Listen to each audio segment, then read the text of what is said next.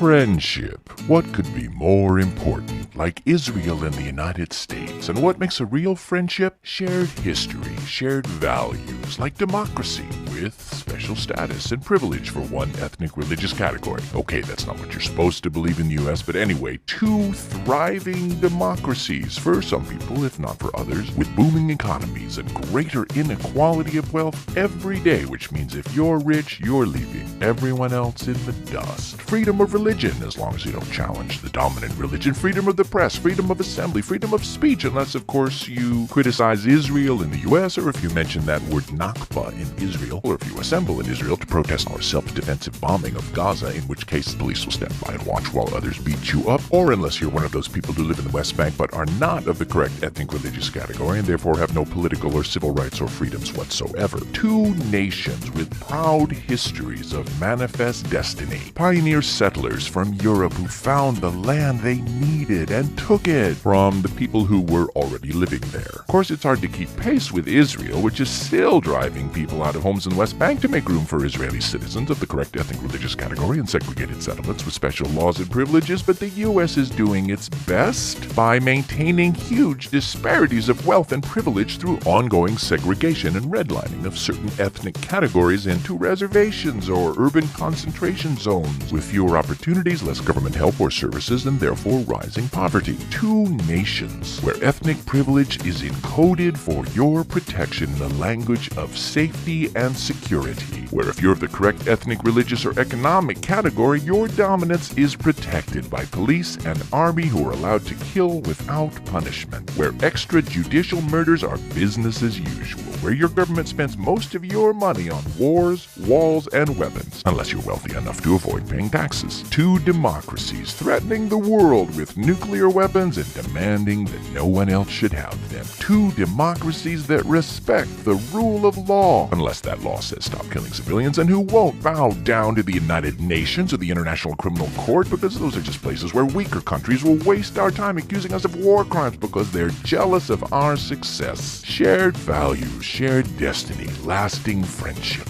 Two nations under God with liberty and justice for some.